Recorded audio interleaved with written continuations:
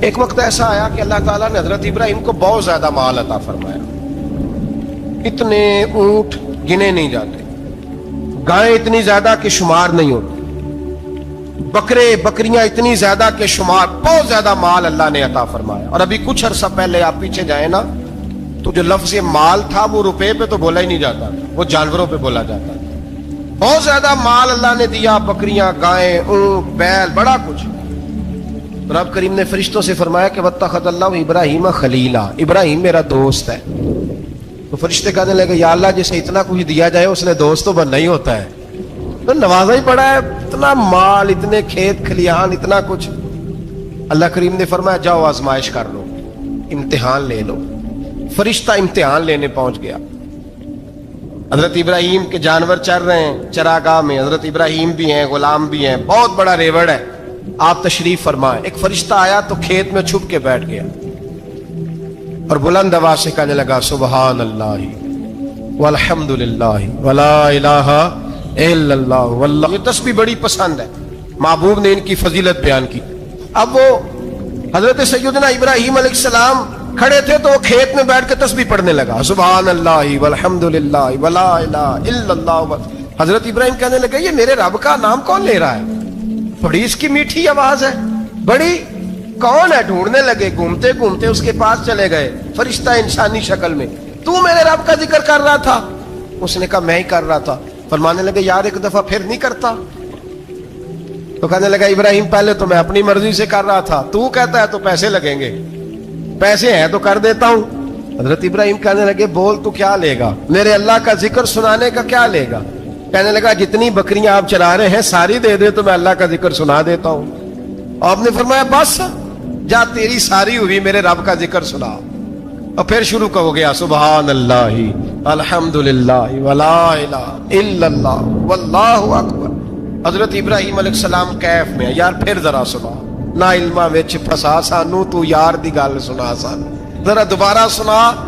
میں پھر سنایا، ایک دفعہ پھر کہا. فرشتہ کہنے لگا بس یہ آپ کے پیسے پورے ہو گئے. حضرت ابراہیم کہنے لگے چل ایک دفعہ اور سنا. کہنے لگا پیسے لگیں گے. تو کیا لے گا؟ کہنے لگا گائیں بھینسیں ساری میری. فرمایا بس یار اتنی قیمت، تو سنا صحیح، سارا کچھ ہی تیرا. پھر شروع ہو گیا سبحان اللہ والحمد للہ ولا الہ الا اللہ واللہ اکبر. گائیں دے دیں، بھینسیں دے دیں، وہ ذکر سناتا ہے. حضرت ابراہیم کبھی مچلتے ہیں، کبھی روتے ہیں، کبھی آہیں پڑھتے ہیں. تو میرے رب کا نام لے رہا ہے، ذرا پھر سے لے. کیف جاری ہے. کہنے لگا بس بھائی. حضرت ابراہیم فرمانے لگے تو اور لے لے جو لینا ہے، مجھے ذکر سنا. اس نے کہا ابراہیم بکریاں میں لے چکا، گائے بھینسیں میں لے چکا، اونٹ رہ گئے، سارے لے لوں گا پھر ذکر سناؤں گا. فرمایا جا تیرا ہوا تو ذکر سناتا رہ، میں دیتا ہوں. دے دیا. کچھ دیر ذکر کیا تو اب خاموش ہو گیا. حضرت ابراہیم خلیل اللہ علیہ السلام فرمانے لگے ذکر سنا. کہنے لگا ابراہیم اب تیرے پاس دینے کو کیا ہے؟ ہر چیز تو میں لے چکا. آپ فرمانے لگے یہ گائے بھینسیں بکریاں چرانے کے لیے تجھے کوئی نوکر ملازم بھی تو چاہیے نا. تو اس طرح کر مجھے رکھ لے، میں روٹی نہیں مانگوں گا، کھانا نہیں مانگوں گا، تو اللہ کا ذکر سناتا رہنا، میں تیرے جانوروں کی نوکری کرتا رہوں گا. حضرت ابراہیم علیہ السلام نے جب یہ کہا نا، فرشتے کی آنکھوں میں آنسو آ گئے. تر دامنی پہ شیخ ہماری نہ جائیے، ہم دامن نچوڑ دیں تو فرشتے وضو کریں. فرشتہ رو پڑا اور کہنے لگا ابراہیم مجھے سینے سے لگاؤ، آپ واقعی اس قابل ہے کہ اللہ آپ کو اپنا دوست بنائے، واقعی اس قابل ہے کہ رب آپ کو اپنا. حضرت ابراہیم علیہ السلام کا خدا سے محبت کرنے کا نرالا انداز. حضرت ابراہیم بہت بڑے مہمان نواز تھے. صرف قربانی نہیں دیتے تھے، سارا سال بہت سارا لنگر، بہت سارا کھانا پینا، بہت ساری چیزیں جاری رہتی تھی. اور جتنے غریب لوگ تھے فلسطین کے، ان کو پتا تھا کہ حضرت ابراہیم علیہ السلام کا لنگر جاری ہے. فلسطین میں جب آپ کا قیام تھا، ایک دفعہ ڈھیروں مہمان آ گئے اور کھانے کو کوئی چیز نہیں. حضرت سارہ اور جناب ہاجرہ دونوں اس وقت موجود تھیں. وہ کہنے لگی ابراہیم بہت سارے مہمان آ گئے تو کیا کریں؟ جناب سارہ کہنے لگی کس طرح کر کے ان کی مہمان نوازی کرنی. اور حالات یہ ہیں کہ قحط پڑا ہوا ہے فلسطین میں، مصر میں، دور دراز علاقوں میں.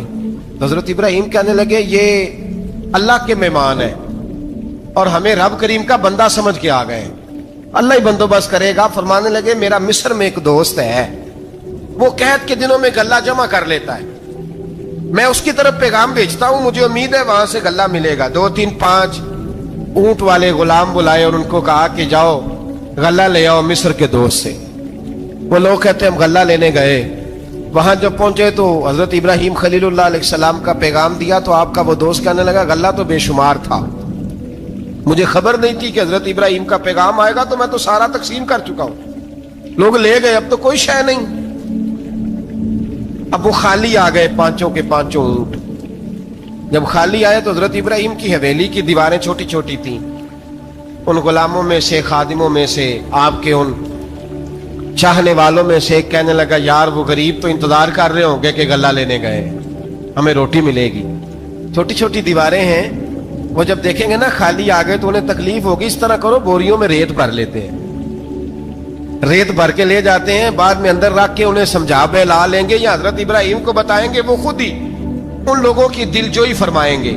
اب غلہ کی جگہ ریت بھر کے اونٹوں پہ رکھ کے لائی گئی، لا کے بوریاں جب رکھ دی گئیں، حضرت ابراہیم علیہ السلام دوپہر کے وقت آرام فرما رہے تھے، بی بی سارا اٹھی، کہتی ہیں جب میں نے دیکھا نا کہ بوریاں پہنچ گئی ہیں تو گئی، غلام کو ساتھ لیا اور اس کو جب کھولا نا تو کہتی اتنی حسین گندم میں نے پہلے کبھی دیکھی نہیں تھی، اتنا پیارا دانا میں نے کبھی ملاحظہ ہی نہیں کیا تھا۔ فرماتی ہیں جب اس کو پیس کر چکی میں روٹیاں پکائیں تو خوشبو دور دور تک پھیل گئی، اعلیٰ غذا بنی، بڑے بڑے کھانے بیبیوں نے مل کے پکائے، چن دیے گئے۔ حضرت ابراہیم اٹھے تو لوگ کھانا کھا رہے ہیں، سجدہ شکر ادا کیا، اور جب سجدے میں گئے تو وہی آنے لگی، پھر رونے لگے۔ جب پلٹ کر باہر تشریف لائے تو جناب سارا کہنے لگی ابراہیم تمہارا مصری یار بڑا اچھا ہے، اس نے اتنی اعلیٰ گندم بھیجی ہے کہ اتنی تو میں نے پیاری گندم کبھی دیکھی نہیں۔ جناب ابراہیم مسکرائے، فرمانے لگی سارا یہ مصری یار نے نہیں بھیجی، یہ میرے عرشی یار نے بھیجی ہے، یہ میرے عرشی یار نے بھیجی ہے۔ بھائی مہمان نوازی مزاج تھا، ہاتھ لٹا دینا مزاج تھا، دوسروں کی اشکشوئی مزاج تھا۔ حضرت ابراہیم علیہ السلام کا طریقہ ہے قربانی، حضور نے ان کا طریقہ بیان کیا۔ اگر سال کے بعد قربانی دینا ان کا طریقہ ہے تو سارا سال غریبوں کو روٹی دینا بھی حضرت ابراہیم کا طریقہ ہے، سارا سال غریب کی نوکری کرنا یہ بھی حضرت ابراہیم کا طریقہ ہے، بھوکے کو کھانا کھلانا یہ بھی۔ میرے مصطفیٰ کریم سید عالم صلی اللہ علیہ وسلم سے صحابہ نے پوچھا حضور بہترین مسلمان کون ہے؟ بہترین مسلمان، تو حضور نے فرمایا جو سلام لینے میں پہل کرے اور غریب کو روٹی کھلانے میں سب سے اچھا ہو، وہ بہترین مسلمان ہے، زبردست مسلمان۔ ہمارے ہاں دعوتیں ہوتی ہیں تو امیروں کی، افطاریاں ہیں تو امیروں کی، اور میرے مصطفیٰ کریم علیہ السلام نے فرمایا بدترین دعوت ہے جس میں امیر بلائے جائے غریب نہ بلائے جائے، وہ بدترین دعوت حضرت ابراہیم کا طریقہ رہا، ساری زندگی مہمان نوازی۔ اور میرے بھائی یہی محبت انہیں میرے مصطفیٰ سے بھی تھی۔ ایک نبی گھر بنا رہا ہے، دوسرا بنوا رہا ہے، حضرت اسماعیل علیہ السلام پتھر اٹھا اٹھا کے لا رہے ہیں، جناب ابراہیم بنا رہے ہیں۔ جب خانہ کعبہ بن گیا تو کہنے لگے ربنا وابعث فیہم رسولا، اے اللہ اب اسے بسانے کے لیے اپنا آخری رسول بھی عطا فرما۔ نبی پاک فرماتے ہیں میں دعا ہوں حضرت ابراہیم کی، اور حضرت ابراہیم سے رب کریم نے فرمایا چل ابراہیم کوئی چیز دے، تو کہا یا اللہ تینوں ہی تیرے نام پہ قربان کرتا ہوں، تیری ہوئی ساری، ہر شے تیری۔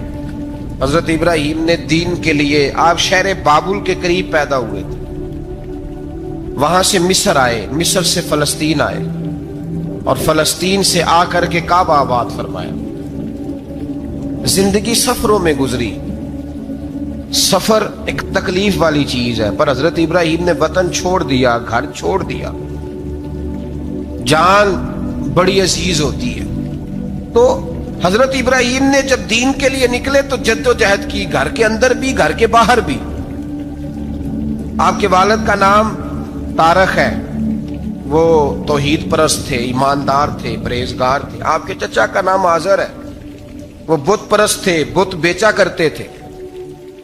حضرت سیدنا ابراہیم علیہ السلام جب میدان عمل میں نکلے تو حضرت ابراہیم علیہ السلام نے اپنے گھر سے جہاد شروع کیا، لڑنا پڑا، گھر کے اصولوں سے، چچا نے جو رواج بنائے ہوئے تھے اس رواج سے ٹکرائے۔ فرمایا میں اپنے گھر کے اندر یہ بت پرستی نہیں ہونے دیں گا۔ چچا کو ایک دفعہ نہیں بار بار 100 دفعہ سمجھایا، آپ کا چچا بت بنا کے بیچا کرتا تھا. حضرت ابراہیم علیہ السلام تھوڑے بڑے ہوئے تو کہنے لگا کہ چلو میرے ساتھ, تم بھی بت بیچنے ہیں, ہمارا کاروبار ہے. حضرت ابراہیم ساتھ نکلے تو بت پکڑا ہے, گندے پانی کے اندر اس بت کو ڈبوتے ہیں, کہتے ہیں کسی نے خریدنا ہے تو خرید لو, نہ یہ نفع دے سکتا ہے نہ نقصان دے سکتا ہے, جو اپنا آپ نہیں بچا سکتا تمہیں کیا بچائے گا, خریدنا ہے تو خرید لو. چچا کہنے لگا تو کاروبار چمکا رہا ہے کہ تباہ کر رہا ہے. گھر میں بڑے معاملات خراب ہوئے, جھگڑے ہوئے, لیکن حضرت ابراہیم علیہ السلام ایک منٹ کے لیے بھی اپنے گھر کے اندر بھی کمپرومائز کرنے کو تیار. یہ تھوڑا مشکل میں نے پہلو چھیڑ دیا ہے, یہ تھوڑا مشکل پہلو چھیڑ دیا ہے. تھوڑا سمجھدار آدمی ہے پر بیوی سے پردہ نہیں کرا سکتا, سیانا ہے, پنچایت کا بندہ ہے, جو اس سے آپ کہیں گے وہ بات یہ سنائے گا, لیکن کہتا ہے نہیں جی میں نے کوشش کر لی ہے. کس قسم کی کوشش ہے صاحب, کیسے ہو گیا؟ حضرت ابراہیم علیہ السلام نے گھر کے اندر سے فرمایا نہیں کرنے دوں گا, گھر کے اندر بھی ٹکرائے, فرمایا تم جو بھی ہو پاش پاش کیا چچا کے اصولوں کو, اور باہر جب نکلے تو صرف علاقے کے چیئرمین سے نہیں ٹکرائے, ایم پی ایم این اے وزیر مشیر سے نہیں ٹکرائے, سپر پاور نمرود دنیا کا واحد حکمران تھا اس وقت, دوسرا کوئی حکمران ہی نہیں تھا, اکیلے حکمران سے جا کر ٹکرائے, کوئی ساتھ فوج نہیں تھی, کوئی ساتھ ان کے طاقت بظاہر دنیا داری کی کوئی نہیں تھی, پر حضرت ابراہیم جا کے ٹکرائے. اور میرے رسول پاک صلی اللہ علیہ وسلم نے سند بیان کی, فرمایا افضل الجہاد کلمۃ الحق عند سلطان الجابر, فرمایا سب سے افضل جہاد یہ ہے کہ تو ظالم بادشاہ کے سامنے کھڑے ہو کے حق بات بیان کر دے, یہ سب سے بڑا جہاد ہے, یہ سب سے افضل الجہاد کلمۃ الحق عند سلطان الجابر, سب سے بڑا جہاد. حضرت ابراہیم کھڑے ہو گئے, سپر پاور سے ٹکرائے. یہاں ہم لوگ حکمتوں کا شکار ہیں, دیکھیں گے, کریں گے, سوچیں گے, اور مولوی صاحب کو ویسے کہتے ہیں آپ پرہیز کریں سیاسی باتوں سے. بھئی اللہ کے ہر نبی نے جا کے وقت کے ظالم حکمران کو لتاڑا ہے, للکارا ہے, یہ تو مشن انبیاء ہے. حضرت سیدنا ابراہیم علیہ السلام نے جو اس کو جا کے کہا کہ تو جھوٹ بولتا ہے, تو جھوٹا ہے, تو خدائی کا دعویٰ کرتا ہے, تو بہت بڑا ظالم ہے. اور قرآن مجید نے اس ساری بات کو بیان فرمایا. حضرت ابراہیم علیہ السلام سے کہنے لگا میں رب ہوں, تو آپ نے فرمایا میرا رب تو وہ ہے جو زندہ کرتا اور مارتا ہے. تو پھر آپ حق بات بیان کریں گے تو اللہ مارے گا کہ بندہ مارے گا؟ کچھ بھی نہیں ہوتا, کیونکہ زندگی موت کس کے ہاتھ میں ہے؟ اللہ کے ہاتھ میں. زندگی موت اللہ, کچھ بھی نہیں ہوتا. انسان صحیح سمت کا تعین کرے اور صحیح چلے. حضرت علی شیر خدا سے کسی نے کہا تھا کہ آپ کے بڑی دشمنی ہے, کوئی محافظ رکھ لیں. آپ فرمانے لگے موت خود بہت بڑی محافظ ہے, وقت سے پہلے آتی ہی نہیں, بڑی محافظ ہے وقت سے پہلے. علامہ نورانی رحمت اللہ تعالی علیہ کراچی جیسے شہر میں رہا کرتے تھے, جہاں گام گام پہ خطرہ تھا. لوگوں نے کہا حضرت اتنے بڑے لیڈر ہو, آپ کی جماعت کی 62 سیٹیں ہوئی قومی اسمبلی میں, ایک ایسا وقت بھی آیا تو کوئی ایک آدمی بندوق والا. آپ فرمانے لگے مجھے ضرورت ہی نہیں, اس لیے کہ جس خدا رسول کے لیے میں نکلا ہوں وہ خود ہی حفاظت کرنے والے ہیں, ضرورت نہیں ان چیزوں. تو بھائی حضرت ابراہیم ٹکرائے, اور آپ کا انداز کیا ہے؟ جا کے کہا کہ تو نہیں, خدا وہ ہے جو زندہ کرتا. اور اس نے ایک بیوقوفوں جیسی دلیل دی. ایک آدمی کو کل پھانسی دینی تھی تو اس کو بلایا, کہنے لگا تجھے کب پھانسی ہے؟ اس نے کہا کل. کہنے لگا جا تجھے آزاد کیا, زندگی دی, اس کو چھٹی دے دی. ایک عام آدمی بیچارہ بیٹھا تھا, اس کو پکڑ کے نا کہنے لگا اس کی گردن اڑا دو. کہنے لگا دیکھ لو میں بھی زندہ کرتا اور مارتا ہوں, وہ جو کل مرنے والا تھا میں نے زندہ کر دیا ہے, اور جس کو پتہ ہی نہیں تھا کہ میں نے مرنا ہے اسے پکڑ کے میں نے مار دیا ہے. یہ بیوقوفوں جیسی دلیل ہے. حضرت سیدنا ابراہیم علیہ السلام چاہتے تو اسی وقت دلیل توڑ دیتے کہ تو کیا بیوقوفوں جیسی بات کر رہا ہے, اگر تو زندگی دیتا ہے تو مرے ہوئے میں جان ڈال کے دے جس کو تو نے مارا ہے. لیکن حضرت ابراہیم نے دیکھا کہ بیوقوف ہے, بیوقوفوں سے بحث نہیں ہوتی, دلیل بدل لی جاتی ہے, ان کی عقل کے مطابق بات کی جاتی ہے. حضرت ابراہیم فرمانے لگے میرا رب وہ ہے جو سورج مشرق سے نکالتا ہے اور مغرب میں غروب کرتا ہے. تو اگر رب ہے تو تو مغرب سے نکال کے مشرق میں غروب کر. فبہت الذی کفر, کافر لاجواب ہو گیا. اس کے پاس اس چیز کا کوئی جواب نہیں تھا. علامہ اسماعیل حقی نے خوبصورت فقرہ لکھا ہے, خوبصورت, جان ڈال دی ایک جملہ کہہ کے. حضرت سیدنا علامہ اسماعیل حقی رحمت اللہ علیہ فرمانے لگے, چونکہ نمرود بیوقوفوں جیسی باتیں کر رہا تھا, اگر وہ یہ کہہ دیتا نا کہ میں سورج کو نکالتا ہوں مشرق سے, میں غروب کرتا ہوں معاذ اللہ مغرب میں نکالتا ہوں, تو آپ اپنے رب سے کہیے کہ وہ مغرب سے نکال کے مشرق میں غروب کرے. علامہ اسماعیل حقی فرماتے ہیں رب کریم کی آواز قدرت تھی, مالک حضرت ابراہیم علیہ السلام کے اس, اگر وہ کہہ دیتا اور حضرت ابراہیم دعا کر دیتے تو رب کریم نے فرشتوں کو تیار بٹھایا ہوا تھا. فرمایا اگر یہ کہہ دے میرے خلیل سے کہ سورج مغرب سے نکال کے مشرق میں غروب کرنا ہے تو تیار رہنا, جس طرح خلیل کہیں گے ویسے ہی کر دیں گے. واتخذ اللہ ابراہیم خلیلا, ابراہیم ہمارا دوست جو ہوا, جیسے کہے گا ویسے کر دیں گے. حضرت سیدنا ابراہیم علیہ السلام کی باتوں کا جب جواب نہ دے سکا, دلیل نہیں بندہ دیتا, پھر لڑائی کرتا ہے, پھر جھوٹے موٹے اعتراض کرتا ہے. دلیل ختم ہوتی ہے تو لوگ ذاتیات میں اترتے ہیں, کہتے ہیں یہ کھانستا صحیح نہیں, دیکھتا صحیح نہیں. دلیل ختم, اب ذاتیات پہ اترے, کہنے لگے مجھے پتا چلا ہے کہ یہ فلانی جگہ گیا تھا تو وہاں جا کے اس نے اس طرح کیا. پھر لوگ ذاتیات پہ اترتے ہیں, جب دلیل کا جواب دلیل سے نہیں دے پاتے پھر ذاتیات پر اتر کر حملے کرتے ہیں. حضرت ابراہیم کے دلائل کا جواب نمرود نہ دے سکا تو کہنے لگا کہ اس کو آگ میں ڈال دو. قوم گئی ہوئی تھی ساری, آپ نے بات سنی ہوئی ہے, میں نے صرف اشارہ دینا ہے, میلے پہ تو حضرت سیدنا ابراہیم علیہ السلام نے سارے بت توڑ دیے, کلاڑا بڑے بت کی گردن پہ رکھا. واپس آئے, کہنے لگے بت کس نے توڑے ہیں؟ تو فرمایا اس سے پوچھ لو جس کی گردن پہ کلاڑا ہے. کہنے لگے یہ تو بول ہی نہیں سکتا. تو فرمانے لگے بڑے بیوقوف ہو, جو بولتا ہی نہیں, سنتا ہی نہیں, اپنا آپ نہیں بچا سکتا, اس کی پوجا کرتے ہو. کہنے لگے پکڑو, دلیلیں ختم ہو گئی, اس کو آگ میں ڈالو. بہت بڑی حویلی 45 فٹ مربع پہ مشتمل ایک حویلی بنائی گئی اور 45 فٹ اونچی. مختلف روایات, علامہ اسماعیل حقی کہتے ہیں کہ 3 مہینے تک نمرود نے کہا کہ اس کے اندر لکڑیاں ڈالو. لوگ پوچھنے لگے کتنی دنیا جلانی ہے؟ کہنے لگا بندہ تو ایک جلانا ہے, پر بندہ بڑا تگڑا ہے, ایک بندہ. 3 مہینے لکڑیاں ڈالی گئیں. اور لوگوں کی جو تہمات ہوتی ہیں نا وہ بڑی عجیب ہوتی ہیں. تہمات میں نے بڑی تفصیل سے رمضان المبارک میں گفتگو کی تھی. بدشگونی, تہمات لوگ لیتے ہیں. اس وقت بھی لوگ تہمات کا شکار ہو گئے. عقیدہ بگڑ جاتا ہے تو وہ عجیب و غریب باتیں کرنے لگتا ہے. تہمات کا شکار ہو گئے. بیبیاں نظر مانتی, میں بیمار ہوں, اگر صحیح ہو گئی تو اتنے میں لکڑی دوں گی حضرت ابراہیم کی آگ جلانے کے لیے. ایک عورت لے کے جا رہی ہے لکڑیاں. ایک نیک دل آدمی نے اس سے پوچھا کہاں جا رہی ہو؟ کہنے لگی میں نے منت مانی تھی تو حضرت ابراہیم علیہ السلام کو معاذ اللہ جلانے کے لیے لکڑیاں لے کے جا رہی ہوں. تو وہ رب کریم کے بندے کہنے لگے تو ڈھونڈتی رہے گی, تجھے وہ جگہ ملے گی نہیں. وہ بی بی کئی مہینے گھومتی رہی, جگہ ہی نہیں ملی جہاں لکڑیاں ڈالنی, ماری گئی. تہمات کا شکار ہوئے بہت سارے لوگ. تہمات کا بھائی, تہمات دین کے اندر منع ہے. تہمات دین میں کوئی نظر ماننا, کوئی کسی بزرگ کے مزار پہ جا کے سالے ثواب کے لیے کوئی چیز ماننا, یہ تو درست ہوا. لیکن غیر شرعی نظریں مان لینا کہ میں آگ کے گرد چکر لگاؤں گا, میں جناب وہاں جا کے یہ والا تماشا کروں گا, میں دھاگا باندھوں گا, میں رسا کاٹوں گا, میں وہاں گندے ہو سے پانی پیوں گا, ان کی شریعت اجازت, یہ تہمات ہیں, بدشگونی ہے. دین میں ان کی کوئی گنجائش.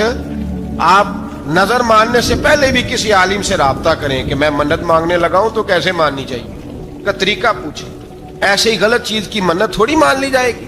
بہرحال آمدام برسرے مطلب حضرت ابراہیم کے لیے آگ جلائی گئی. 45 فٹ اونچی آگ ہے, پرندہ بھی اوپر سے گزرتا ہے تو نیچے گر جاتا ہے جل کے. اتنے دن لگا کے آگ جلائی گئی.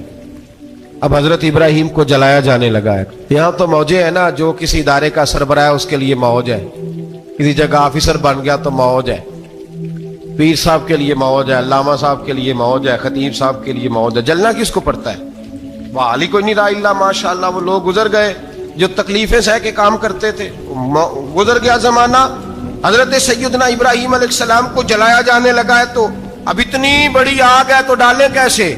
شیطان نے تجویز دی کہ منجنیق بناؤ، منجنیق، بڑے بڑے بانس باندھ کے ان کے نیچے رسا باندھو، وہ جس طرح جھولنے کے لیے جھولا بنایا جاتا ہے اس طرح ایک منجنیق پرانے زمانے میں اس میں پتھر رکھ کے پھینکے جاتے تھے دشمنوں پہ، وہ منجنیق بنائی گئی کہ دور سے حضرت ابراہیم کو پھینکیں گے، ہاتھ حضرت ابراہیم کے باندھ دیے، پاؤں مبارک باندھ دیے، پوری زمین پہ ایک نام لینے والا خدا کا، اور اس کو آج رسیوں میں جکڑا ہوا ہے۔ جب پھینکا جانے لگا نا آگ میں تو حوریں رونے لگی، فرشتے تڑپنے لگے، اے اللہ یہ کیا ہونے لگا ہے؟ ایک تیرا خلیل اور وہ بھی آگ میں۔ فرمایا جاؤ جا کے اس سے کہو اگر تمہاری مدد لیتا ہے تو اسے بچاؤ۔ ہوا کا فرشتہ آیا، کہا ابراہیم اگر تو کہے، او بھائی ان چیزوں کو کہانی سمجھ کے نہ سنا کریں، یہ داستان نہیں، یہ وہ طریقے ہیں جو ہمارے رسول نے ہمیں اپنانے کا حکم ارشاد فرمایا ہے، جو عقیدے، یہ وہ نظریات ہیں جو ہمیں اوڑھنے کو کہا گیا، اپنے رب کریم کی رضا پہ راضی رہنے کے یہ وہ خوبصورت مواقع ہیں صوفیاء نے جن کو بنا کر سمجھا کر ہم تک پہنچایا ہے۔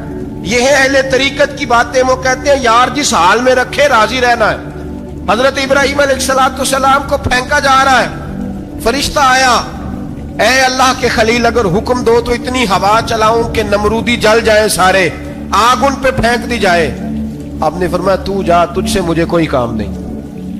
تھوڑی دیر کے بعد پانی کا فرشتہ آیا، کہا حضور اتنی بارش برساؤں گا کہ آگ بجھ جائے گی۔ فرمایا تو جا، تجھ سے کوئی کام نہیں۔ اب جب منجنیق میں رکھ دیے گئے، آگ میں جانے کا لمحہ ہے، تیاری ہے، حضرت جبریل امین حاضر خدمت ہوئے، کہا ابراہیم کوئی حاجت؟ فرمایا تجھ سے کوئی نہیں۔ کہا چلو مجھ سے نہیں تو رب کریم سے ہی بات کر لو، مجھے پتا ہے میں چھوٹا ہوں، آپ مجھ سے مدد کیوں لوگے، رب کریم سے ہی بات کر لیں۔ تو حضرت ابراہیم کہنے لگے جبریل یہ بتا رب کو نہیں پتا اس کا خلیل کس حال میں ہے، اسے نہیں پتا میں کس حال میں ہوں، میرے ہاتھ بندھے ہیں پیر بندھے ہیں آگ میں، اسے نہیں پتا، بتایا تو اسے جاتا ہے جسے خبر نہ ہو، تو اگر اسے پتا ہے، اگر وہ جلانے پہ راضی ہے تو میں بھی جلنے کو تیار ہوں، میں تیار ہوں، میں تیار ہوں، اسے کہو ٹھیک ہے۔ حضرت سیدنا ابراہیم علیہ السلام کو منجنیق میں ڈال کے جو پھینکا آگ میں، یا نار کونی بردم و سلاما علی ابراہیم، اللہ نے فرمایا اے آگ میرے ابراہیم پہ ٹھنڈی بھی ہو جا اور سلامتی والی بھی ہو جا۔ حضرت ابراہیم کو دو فرشتوں نے بٹھا دیا زمین پہ، پھول کھلے ہیں، کونپلیں مہک رہی ہیں، کلیاں خوشبو دے رہی ہیں، حضرت ابراہیم نے سر سجدے میں رکھ دیا، سبحان اللہ والحمد للہ ولا الہ الا اللہ واللہ اکبر۔ حضرت ابراہیم اللہ کی تسبیح پڑھنے لگے، رب کریم کا شکر بجا لانے لگے، نکلے وہاں سے، کچھ دن گزر گئے، نکلے، حکم ہو گیا ابراہیم علاقہ چھوڑ دو۔ حضرت ابراہیم علیہ السلام وہاں سے نکل کے مصر آئے، چچا کے پاس ٹھہرے، انہوں نے اپنی بیٹی جناب سارہ کا نکاح کر دیا۔ کچھ آگے بڑھے تو ایک ظالم بادشاہ سے ٹکرائے، اس نے ایک شہزادی، ایک بادشاہ کی بیٹی قید کی ہوئی تھی، جناب ہاجرہ نام تھا، ان کو قید سے چھڑا کے ساتھ لائے، حضرت لوط علیہ السلام بھی ساتھ، یہ 4 لوگوں کا قافلہ چلا، فلسطین میں جا کے پڑاؤ ڈالا، گھر بار چھوڑا، تبلیغ شروع ہوئی۔ حضرت ابراہیم کے گھر میں 2 خواتین ہیں، ایک آپ کی بیوی ہیں، ایک حضرت ہاجرہ ہے، اولاد کوئی نہیں، بڑا میوہ ہے میٹھا، گھر وہی آباد ہوتا ہے جس میں بچے روتے ہیں، گھر ہوتا ہی وہ ہے جس میں بچوں کی چنچناہٹ ہوتی ہے، بھن بھناہٹ ہوتی ہے۔ حضرت ابراہیم نے ایک بچہ روتے ہوئے دیکھا تو آنکھوں میں آنسو آئے، کہنے لگے ربی حب لی من الصالحین، یا اللہ مجھے بھی نیک اولاد عطا کر دے۔ حضرت سارہ نے سن لیا، کہنے لگی ابراہیم شاید میرے بطن سے تو آپ کو نصیب نہیں، ہاجرہ سے نکاح کر لو۔ جناب ہاجرہ سے نکاح ہوا، اللہ تو بڑا بے نیاز ہے، رب کریم نے حضرت اسماعیل جیسا خوبصورت بیٹا عطا فرمایا۔ بیٹا کالا سیاہ بھی ہو تو سینے کی ٹھنڈک ہوتا ہے، پر یہ تو وہ بیٹا ہے جس کی پیشانی میں نور محمدی چمکتا ہے صلی اللہ علیہ وسلم۔ حضرت سیدنا اسماعیل علیہ اتنے خوبصورت، اب جس بیوی کے ہاں بیٹا تھا، بیٹھنا اٹھنا بھی زیادہ اس کے پاس، آنا جانا بھی اس کے پاس، توجہ ادھر ہو گئی، جناب سارہ رشک کرنے لگی، ایک دن کہنے لگی اسے چھوڑا جنگل میں، وادی غیر ذی زرع مکے کے پاس، بھائی ایک بیٹا عالم دین بنا لو۔ کہنے لگا روٹی کہاں سے کھائے گا، تیرے 5 بیٹے ہیں کو حافظ قرآن بنا, کہتے روٹی کہاں سے کھائے گا؟ وہ بچہ بھی کہتا ہے میں کہاں سے کھاؤں گا. حضرت ابراہیم علیہ السلام تو چند مہینے کا بچہ چھوڑ آئے, تو کہاں سے روٹی کھائی حضرت اسماعیل نے؟ کہاں سے کھائی ان کی اماں نے روٹی؟ بھوکے مر جاتے ہیں یہ سارے. میں بڑے ذمہ داری سے کہا کرتا ہوں کہ جتنی خوبصورت روٹی اللہ کریم دین کے خادموں کو عطا کرتا ہے شاید کسی اور کے نصیب ہوتی ہو, لیکن ہم لوگ توجہ ہی نہیں کر رہے, ہمارا ذوق ہی نہیں بن رہا, ہم یہ محنت ہی نہیں کر رہے کہ قوم کو مستند علماء کی ضرورت ہے, علاقوں کے علاقے خالی ہیں, ادھر ہمارا مزاج ہی نہیں بن رہا, توجہ ہی نہیں دین کی خاطر. اور پھر چلے بچے تو بات کی بات ہے نا, جو ابھی خود جوان ہے وہ بھی تو یہ دعا, ایک صاحب مجھے کہنے لگے میں دعا مانگ رہا ہوں اللہ مجھے بیٹا دے تو میں اسے دین پہ لگاؤں گا. تو میں نے کہا آپ بھی بوڑھے نہیں ہوئے, آپ خود ہی لگ جائیں, بیٹا تو ابھی آئے گا تو لگے گا نا, تو آپ تو اس وقت ہیں تو آپ تو پہلے لگے نا صاحب, 2 گھنٹے تو نکال کے آئے, دین سیکھنے کو کافی ہے.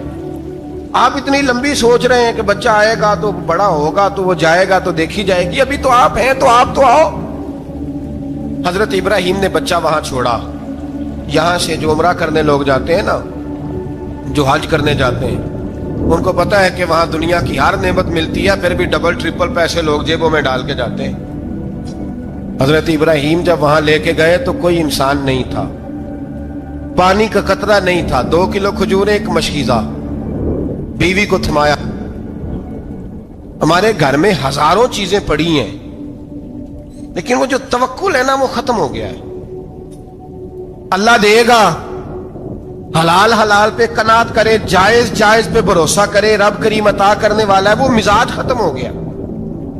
حضرت سیدنا ابراہیم علیہ السلام 2 کلو کھجوریں, ایک مشکیزہ پانی کا دے کر کے, اور وہاں بٹھایا آپ نے اپنے بچے کو اور اپنی زوجہ جناب ہاجرہ کو, اور بٹھا کر کے یہ واپس پلٹنے لگے تو حضرت ہاجرہ سلام اللہ علیہ نے آواز دی, کہا ابراہیم کس کے سہارے پہ چھوڑ کے جا رہے ہیں؟ جہاں آب زمزم کا کنواں ہے نا, جو لوگ گئے ہیں انہوں نے صفا مروہ کی صحیح کی ہے, صفا مروہ سے باہر نکلے نا, سرکار کی ولادت کا مقام ہے, اس جگہ پہ آب زمزم کا کنواں تھا, وہاں حضرت سیدنا ہاجرہ کو بٹھایا. کوئی چیز نہیں, کوئی درخت نہیں, کوئی کھیت نہیں, کوئی پانی نہیں, کوئی کنواں نہیں, وہاں بٹھایا اور بٹھا کر کے نکلنے لگے تو جناب ہاجرہ فرمانے لگی ابراہیم کس کے سہارے پہ چھوڑ کے جا رہے ہو؟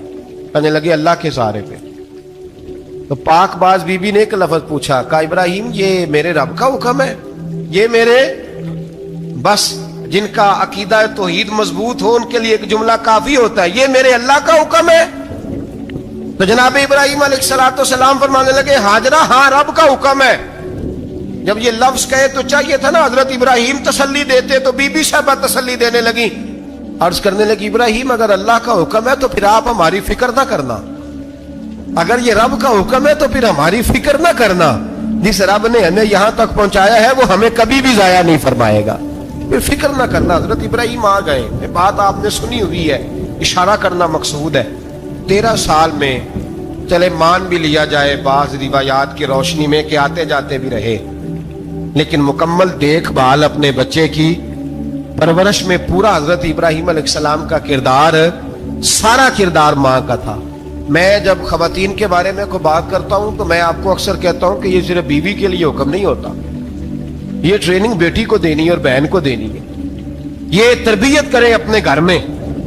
میں تجربے کی روشنی میں یہ بات عرض کیا کرتا ہوں کہ بھائی بچے باپ کے فرما بردار اس وقت ہوتے ہیں جب اماں انہیں باپ کا فرما بردار کرتے ہیں, اور بچے باپ کے نافرمان بھی تب ہوتے ہیں جب اماں انہیں باپ کا.